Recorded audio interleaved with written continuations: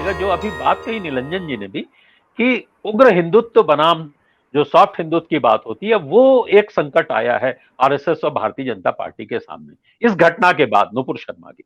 उससे किस तरीके से पार्टी निपट सकती है? देखिए, एक तो मैं कहूँगा कि हमें बीजेपी और आरएसएस में अंतर करना चाहिए। नुपुर शर्मा मेरी जानकारी में आरएसएस में शायद नहीं रही हैं, ना ये जो दूसरे सज्जन हैं नवीन कुमार जिंदल, वो भी आरएसएस में रहे हैं कि नहीं, मुझे नहीं लगता कि ये लोग आरएसएस में रहे हैं, बीजेपी में जरूर रहे। तो एक ये अंतर करना चाहिए, क्योंकि जिसको हम आरएसएस कहते हैं, जो जो पुराने संघ के लोग होते हैं, उनकी शैली में, उनकी भाषा में, और बीजेपी के युवा बीजेपी नेताओं की सोच में और भाषा में और शैली में भी बड़ा एक अंतर होता है, व्यक्तित्व में भी अंतर होता है। तो ये जो संकट है नुपुर शर्मा वाला, ये बीजेपी की समस्या ज्यादा है। आरएसएस की थोड़ा है संघ परिवार के सदस्य के नाते, लेकिन हमें यह भी ध्यान रखना चाहिए कि संघ परिवार जिसको हम कहते हैं, उसमें कोई एक ही तरह से सोचने, चलने, व्यवहार करने वाले लोग और संगठन नहीं हैं। उसमें बहुत सारे संगठन हैं और कई बार उन संगठनों में आपस में वैचारिक और विचारधारात्मक टकराव भी होता है, जैसे स्वदेशी जागरण मंच और बीजेपी की आर्थिक नीतियों का सवाल है, या भारतीय मजदूर संघ और बीजेपी के आर्थिक नीतियों को अगर देखें, तो ये इस तरह की चीजें होती रहती हैं। और आरएसएस और बीजेपी के बीच में भी कई तरह की समस्याएं और उलझनें पैदा होती हैं। तो इतना सबको हम एक ही लाठी से ना हाँकें, तो पहला निवेदन ये करूँगा। लेकिन अभी जो ये हुआ है, इससे जो संकट है वो आरएसएस का सीधा संबंध उस तरह से नहीं है, लेकिन आरएसएस और ये पूरा बीजेपी जिसका एक हिस्सा हम माने, तो जो नए समय के साथ, नए तरह के लोगों के साथ, नए तरह के समाज के साथ बदलते हुए किसी भी जीवंत संगठन के सामने जिस तरह की चुनौतियां आएंगी, अपने को बदलने की, अपने नए समय को पहचानने की, उसके अनुरूप चलने की, आकर्षक बने रहने की, ज्यादा शक्तिशाली बने रहने की, और वो जो उसके लिए जरूरी जो बौद्धिक और सांगठनिक और दूसरे परिवर्तनों की जरूरत है, एक लचीलापन जिसकी जरूरत होती है, वो कई बार हमें आरएसएस में दूर से नहीं दिखता है या कम दिखता है, लेकिन है। मुझे ये दिखता है कि आरएसएस कई वर्षों से धीरे धीरे बदलता रहा है। आप ये मोहन भागवत जिस तरह की भाषा बोल रहे हैं कई साल से, आप ये गोलवलकर जी से ये भाषा की उम्मीद नहीं कर सकते। ये भावराव देशमुख या जो बाला साहब देवरस थे, केसी सुदर्शन थे, जो सरसंघचालक पुराने रहे हैं, उन लोगों से आप उठाकर देख लीजिए, इस तरह के भाषण उनके आपको मिलेंगे ही नहीं। ये भाषा नहीं मिलेगी, ये शब्द नहीं मिलेंगे। तो भागवत के नेतृत्व में एक, मुझे लगता है कि संघ धीरे धीरे बदल रहा है, या भागवत उसको बदलने की कोशिश कर रहे हैं, कुछ नई तरह की बातें कर रहे हैं। इसको कम से कम हमको स्वीकार करना चाहिए। ये कहना कि मुसलमानों के बिना हिंदुत्व ही नहीं है, ये अपने आप में एक बहुत नई बात है आरएसएस के सरसंघचालक के लिए।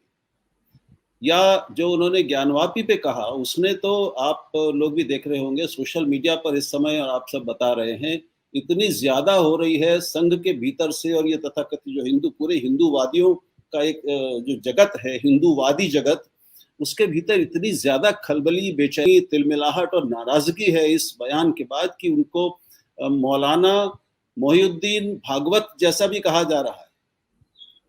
अभी एक जयपुर डायलॉग्स नाम आप सब जानते होंगे, वहां पर रोज चर्चाएं लंबी लंबी होती हैं इसी तरह की। वहां पर दो लोगों का 2 दिन पहले मैंने 1.5 घंटे का कल पूरा सुना, 2 दिन में। आप वो सुनिए, भागवत को क्या क्या नहीं कहा गया है। और ये सारे जो बोलने वाले लोग हैं, वो अपने को स्वयंसेवक कह रहे हैं कि हम बचपन से स्वयंसेवक है, और वो कह रहे हैं कि इन्हें तो बर्बाद कर देंगे, इनको बिना सोचे समझे बयान दे दिया है, ये आरएसएस को नष्ट कर देंगे, ये हिंदू हितों को नष्ट कर रहे हैं, ये समझौता परस्त लोग हैं।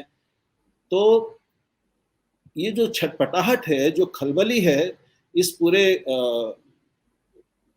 तथाकथित संघ परिवार के भीतर के लोगों, कुछ लोगों के बीच में, वर्गों के बीच में, ये हमें बताती है कि कुछ बदल रहा है, और कुछ ऐसी चीजें कही जा रही हैं और की जा रही हैं जो इसकी उम्मीद पारंपरिक संघ वालों को और स्वयं सेवकों को भी नहीं थी। अब वो उससे बहुत असहज महसूस कर रहे हैं, वो आप देख सकते हैं, सोशल मीडिया पे खुलेआम ये हो रहा है। तो ये बात मैं आप भी चाहूंगा कि इसको हम देखें, ध्यान दें और इसका मतलब समझने की कोशिश करें। वैसे ही जैसे पिछले कई सालों में हमको देखता है कि आरएसएस ने कुछ ऐसे वर्गों को भी अपने भीतर लाने की बहुत तेजी से, गंभीरता से कोशिशें की हैं, जो पहले उतने नहीं दिखते थे। पहले एक उसको ब्राह्मणवादी, ब्राह्मणों बनियों और महाराष्ट्र के चित्पावन ब्राह्मणों से प्रभावित एक संगठन कहा जाता था। आज उसमें पिछड़ी जातियों के लोग बहुत बड़ी संख्या में आ रहे हैं। ऐसी जातियों और वर्गों के लोग हैं, उनको लाने की बाकायदा कोशिशें कई दशकों से चल रही हैं। आदिवासी तो उनमें हैं ही, जो पहले उसमें उतना नहीं दिखते थे, ना उतने मुखर थे, ना उतने दृश्य थे। नुपुर शर्मा वाला जो बात है, ये बात सही है कि जो नुपुर शर्मा ने कहा वो कोई नई बात नहीं थी। उससे कहीं ज्यादा बुरी बातें, उससे कहीं ज्यादा घटिया बातें और ज्यादा घटिया तरीके से सचमुच जो फ्रिंज है इसका, वो बरसों से कह रहे हैं। इनसे कहीं ज्यादा उग्र और विषैली बातें कहते रहे हैं।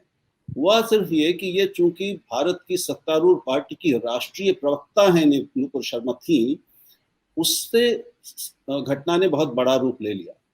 वरना वो बात जो है अपने आप में, उस नुपुर ने जो कहा था वो कोई नई बात नहीं कही थी, वो हजारों लोग ऐसे बोल रहे हैं और उसका जो परिणाम हुआ अंतर्राष्ट्रीय स्तर पर वो हमारे सामने है। तो मैं समझता हूँ कि ये जो प्रतिक्रिया हुई है अरब देशों की, इसका भी एक गहरा प्रभाव हमें दिख ही रहा है कि पहली बार ऐसा हुआ कि उनको हटा दिया गया, एक को निकाल दिया गया।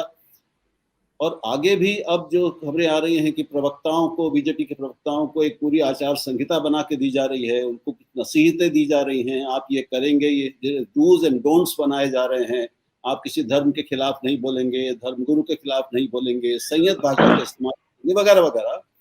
तो ये भी एक तरह का बदलाव है। इस बदलाव को या भागवत जो धीरे धीरे बदलते हुए कम से कम मुझे दिख रहे हैं, उनके उस संदेश को नीचे तक पहुंचने में और स्वीकार होने में समय लगेगा। एक बहुत ये जो सोच है उनकी इतनी ज्यादा बाहर हो गई है, पूरे हिंदू समाज का ही एक तरह से जो कट्टरीकरण हुआ है इतने दशकों में, वो सचमुच संयत और संतुलित संघ के लिए भी एक समस्या बन रही है। ये बात सही है।